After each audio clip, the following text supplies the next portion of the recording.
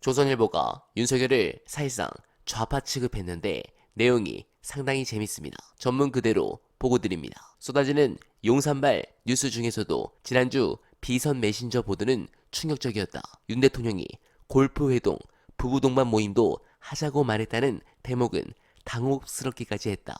사실이라면 윤 대통령이 이 대표에게 굽히고 들어가는 그림으로 비칠 수밖에 없었다. 지금 윤 정권이 겪는 공경이 야당에 고개 숙이지 않았거나 앞 정권 인물을 쓰지 않은 탓은 아닐 것이다.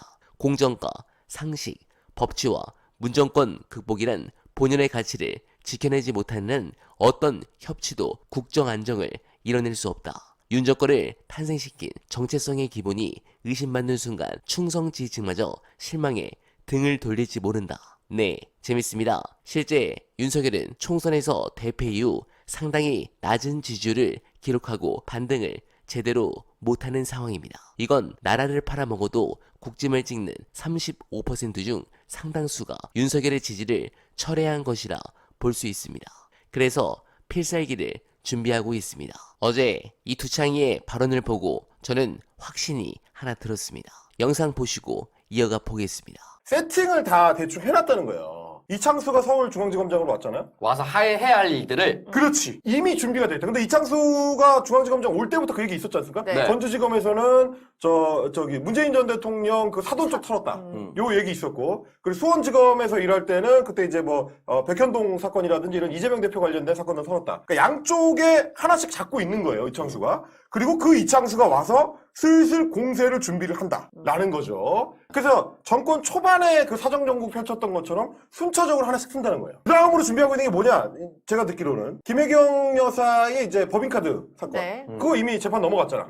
그럼 김혜경을 더 털 건 아니야. 그럼 누굴 털느냐? 이재명 대표도 이 법인카드 사연과 관련이 있다로 넓히겠다는 거예요. 그러니까 나는 그걸 넓혀서 뭐 할 건지 잘 모르겠는데 할 수 있는 게 그거밖에 없다. 그러니까 특수통 머리에서 나올 수 있는 생각이라는 게 결국 그런 방향이라는 거죠. 네. 전직 대통령 털고 현직 당대표를 털는데 본인 털어가지고 할 수 있는 건 사실 다 있기 때문에 그러면 와이프 통해가지고 당신도 이 법인카드 사용하는 거에 뭐 관여한 거 아니야? 그런 거를 준비한다는 거예요. 그럼 3탄이 뭐냐? 그러면 문재인 전 대통령 털었지, 이재명 대표 털었지, 그 다음에 뭐냐? 돈봉투 사건 넓힌다.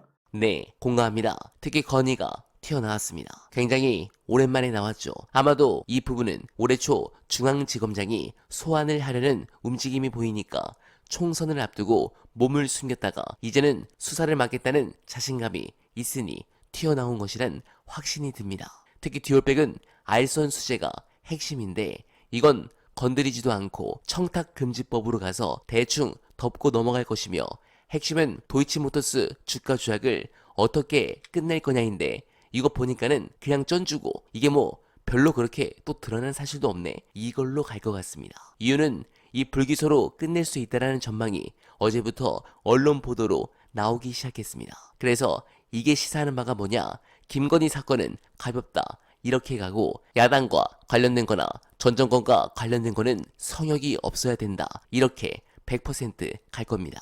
그러면 민주당은 어떻게 해야 합니까? 사실 잘 싸워줄 것이란 기대는 하지 않았습니까?